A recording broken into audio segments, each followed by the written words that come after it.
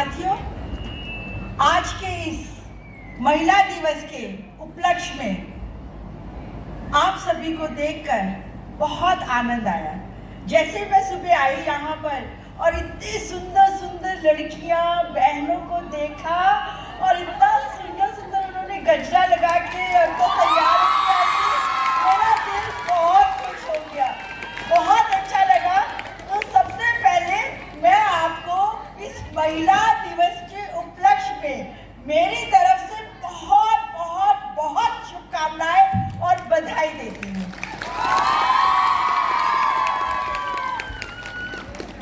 और साथ ही ये महिलाओं का दिन है, परंतु महिलाओं के दिन को हम आज यहाँ पर मनाएं तो उसके साथ साथ हमें हमारे जो समाज के, हमारे देश के जो भी सामाजिक न्याय की बात करने वाले प्रेरणादायी, उनको सबको याद करना पड़ेगा।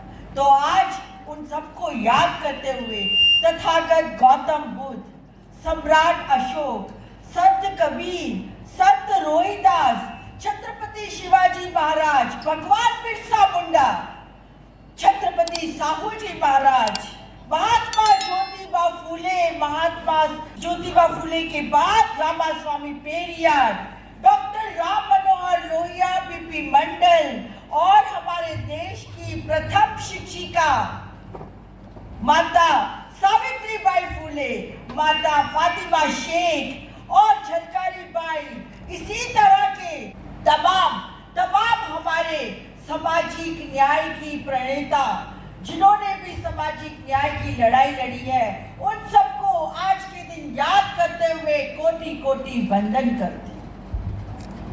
इसके साथ ही महामानव, महानायक, विश्व विभूति, बोधिसत्व, दलितों के, आदिवासियों के, पछातों के, महिलाओं के, किसानों के, मजदूरों के, सबको साथ लेकर चलने वाले, सामाजिक न्याय दिलाने वाले, स्वतंत्रता, समानता, बंधुत्वता को उनके ध्यान रखते हुए हमारे देश के संविधान का रचयिता हमारे प्यारे बाबा साहेब अम्बेडकर, भारत रत्न डॉक्टर अम्बेडकर को भी कोटि कोटि वंदन करते हुए आज मैं आपको रत्नाबेन गौरता, जय भीम, जय जोहार, जय संविधान, जय मूल निवासी और नीला सलाम। तो साथियों, मेरी बात शुरू करूं और मैं सबसे पहले, आज महिला दिवस है तो सबसे पहले मैं माता सावित्रीबाई और फातिमा शेख का नाम जरूर लूं। ये वो समय की बात है जब सावित्रीबाई खुद पढ़ी लिखी नहीं थी, परंतु उनके पति ज्योतिबा फूले वो पढ़े लिखे थे।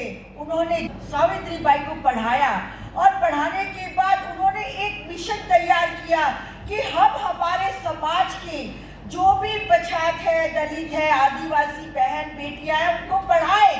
तो आज जब हम महिला दिवस की बात करते हैं तो हमें उनको याद करना बहुत जरूरी है। आपको मैं बता देना चाहती हूँ, अगर भारत देश का पहला स्कूल किसी ने चालू किया तो वो सावित्रीबाई फूले और उनके साथ फातिमा शेख ने। 1848-44 की बात है, जब हमारी बेटियों को घर से बाहर निकलना तो क्या एक सांस लेने तक की भी आजादी नहीं थी। ऐसे समय में उन्होंने स्कूल चालू किया और पूरा समाज सावित्रीबाई फूले, ज्योतिबा फूले के विरुद्ध में आ गया कि आप धर्म विरोधी बात कर रहे हो। हमारे धर्म में बेटियों को पढ़ाने का कोई भी रिवाज नहीं है, बेटियां नहीं पढ़ सकती। परंतु उन्होंने स्कूल खोला।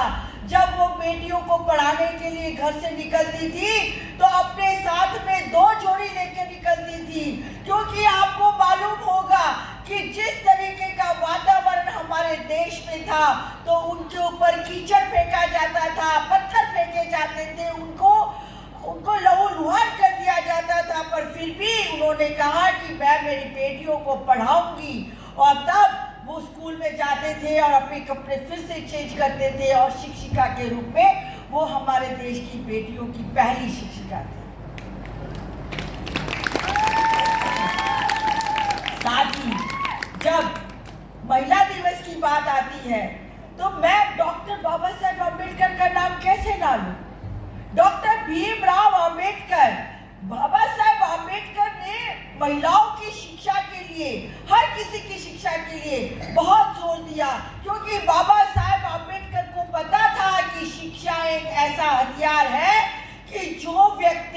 जो बहन, जो बेटी शिक्षित होगी तो वो सोचेगी, समझेगी और भविष्य का निर्माण करेगी।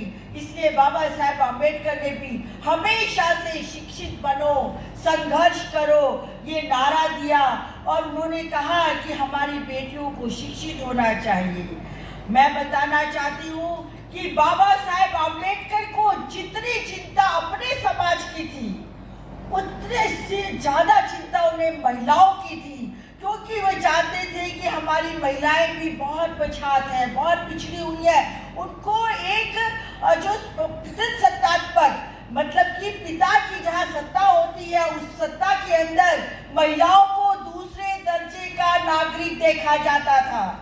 मुझे कहना पड़ेगा, आज इस मंच से कहना पड़ेगा कि मनुस्मृति जिन्होंने बनाई, वो मनुस्मृति बनाने वाले लोगों ने मतलब कि ब्राह्मण और पंड्या लोगों ने कहा कि बेटियों को पढ़ने का अधिकार नहीं है और साथ में ही उन्होंने यहाँ पे ये भी कह दिया कि बेटियों को आजाद होने का भी अधिकार नहीं है।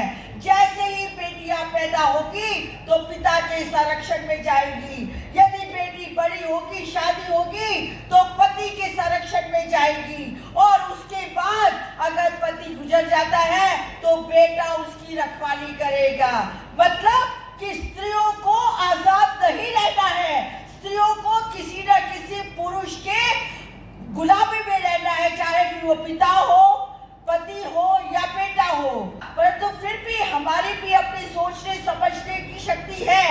आज हमें भी अपने तरीके से जिंदगी जीना चाहते हैं, परंतु उस समय में जब मनुस्मृति का समय था, वेदों में मनुस्मृति में बताया गया कि स्त्रियों को पढ़ने का अधिकार नहीं है और इसीलिए बाबा साहेब अम्बेडकर ने 25 दिसंबर 1927 में मनुस्मृति का दहन करने का काम किया, क्योंकि मनुस्मृति एक ऐसी स्मृति, ऐसा विधान है जिसमें ऊंच नीच बताया जाता है, जिसके अंदर छुआछूत बताई जाती है, जिसके अंदर भेदभाव किया जाता है। तो बाबा साहेब अम्बेडकर ने कहा कि ऐसा ग्रंथ जो भेदभाव कराता हो, हम उस ग्रंथ को नहीं चला लेंगे और उन्होंने उसको दहन करने का काम किया।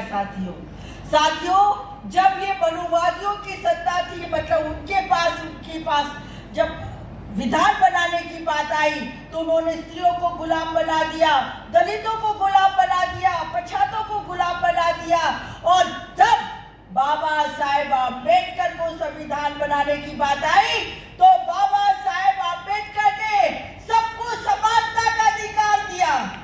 बाबा साहेब अम्बेडकर ने सबको एकता का अधिकार दिया। बाबा साहेब अम्बेडकर ने सबको स्वतंत्रता का अधिकार दिया। आप देखिए आर्टिकल 14 जो हमारे संविधान का है, क्या बोलता है? Right to equality. Right to equality, सबको समानता का अधिकार है। Article 15, there shall be no discrimination in the name of caste, religion, race, sex, place of birth. किसी तरह का भी कोई भेदभाव नहीं होना चाहिए, ये बाबा साहेब ने अपने आर्टिकल्स में लिखा और बाबा साहेब के संविधान को आज पूरा देश मानता है और पूरा देश उसी संविधान पे चलता है। साथियों, बाबा साहेब ने कहा था, आप सोच सकते हैं कि बाबा साहेब के दिलो दिमाग में महिलाओं की प्रगति के लिए कितनी बड़ी सोच थी। बाबा साहेब ने कहा था कि मैं किसी देश की प्रगति या किसी समाज की प्रगति इसी बात से आंकता हूं कि उस समाज की महिलाएं कितनी विकसित है। आप समझिए, अगर जिस समाज की महिलाएं विकसित होगी उसी समाज को मैं विकसित मानूंगा, उसी समाज को मैं प्रगतिशील मानूंगा, ये बाबा साहब ने कहा था। साथियों, ये बाबा साहेब की देन है कि उन्होंने मैटरनिटी लीव दिया। मैटरनिटी लीव का मतलब जिसमें उन्होंने जो माँ बनती है और कामकाजी माँ है, फिर चाहे वो मजदूर हो, डॉक्टर हो, इंजीनियर हो, कोई भी हो, उस सबको आपको 26 हफ्ते का मैटरनिटी लीव दिया गया। तो ये किसने दिया? बाबा साहेब अम्बेडकर ने दिया। पर दुख के साथ कहना पड़ता है, बाबा साहेब अम्बेडकर ने सबके लिए काम किया। महिलाओं के लिए काम किया, मजदूरों के लिए काम किया। बाबा साहेब आम्बेडकर ने पछातों के लिए काम किया, आदिवासियों के लिए काम किया, सबके लिए काम किया। परंतु बाबा साहेब आम्बेडकर को जो एक वजूद मिलना चाहिए, उनका जो एक स्टैंडर्ड बनना चाहिए, स्टेटस बनना चाहिए, विदेशों में उनकी मूर्तियां लगती है और भारत देश में उनकी मूर्तियां टूटती है। दुख की बात है और उसके पीछे कारण सिर्फ इतना है क्योंकि बाबा साहेब आम्बेडकर का जन्म एक दलित समाज में हुआ, एक महान समाज में हुआ, इसीलिए बाबा साहेब को दलितों का मसीहा कहा जाता है। परंतु नहीं, बाबा साहेब तो महिलाओं के मसीहा हैं, बाबा साहेब मजदूरों के मसीहा है, बाबा साहेब अखिलियों के मसीहा है। बाबा साहेब ने सबका ध्यान रखा। आपको मैं बताऊं, हिंदू कोड बिल लाने के लिए बाबा साहेब जो पहले कायदा मंत्री थे, उन्होंने कहा कि सबको समान अधिकार मिलना चाहिए। आज अगर आपको मालूम है कि आपको अपने पिता की संपत्ति में अधिकार मिल रहा है तो वो सिर्फ और सिर्फ बाबा साहेब आम्बेडकर की वजह से मिल रहा है। साथियों, हिंदू कोड बिल के बाद उन्होंने हिंदू मैरिज एक्ट, ये बाद में बना, 1955-56 में 4 एक्ट बने और उसके बाद Hindu divorce act, Hindu succession act और Hindu adoption and maintenance act. ये जो कायदे लाए, ये कायदे समानता के लिए लाए, ताकि पहले क्या होता था कि एक व्यक्ति हिंदू समाज का हो तो 2-3 औरतें कर लेता था, बेचारी औरत को सहन करना पड़ता था। परंतु अब कायदा ये कहता है कि अगर एक शादी है तो आप दूसरी शादी नहीं कर सकते हो और ये कायदे को जो उल्लंघन करेगा तो उसको जेल भी जाना पड़ सकता है। तो ये बाबा साहेब ने हिंदू कोड भी तय किया है। तो मेरा आज आप लोगों से यही कहना है कि यहाँ पर जितनी भी मेरी बहनें बैठी हैं, वह सब बहनें एक प्रण कीजिए। डॉक्टर जो अक्षा थी, उन्होंने बहुत सही बात करी कि हम लोग दोरा धागा तावीज बुआ ये माता वाता इसमें बहुत सब लगे रहते हैं, पर ये हमारा विकास रोकता है। आप समझिए, आप लोगों को इसमें से बाहर आना है, आपको पढ़ना है, आगे बढ़ना है। मैं अगर आज अपनी बात करूं, मेरी पिता एक मिल मजदूर थे और हम लोगों का 5 भाई बहनों का बड़ा परिवार, गरीब परिवार, परंतु पिता बड़े बहुत होशियार थे। वो दिल्ली गए, मेरी माँ को ले गए, मेरा जन्म दिल्ली में हुआ और उसके बाद मेरी माँ को लगा कि मेरे बेटे 3 बेटे वो तो ठोकर मार के कमा लेंगे, पर मेरी बेटियां पढ़ी लिखी होनी चाहिए। ये मेरी माँ को, जो मेरी माँ पढ़ी लिखी नहीं थी, उसने हम बेटियों को पढ़ाया। आज मुझे गौरव के साथ कहना पड़ता है कि मेरी बड़ी बहन डॉक्टर है और मैं आज आप लोगों के बीच में एडवोकेट हूँ और हाई कोर्ट में प्रैक्टिस करती हूँ। छोटी मोटी बात नहीं है हाई कोर्ट में अपने समाज के व्यक्ति को आगे आके प्रैक्टिस करना।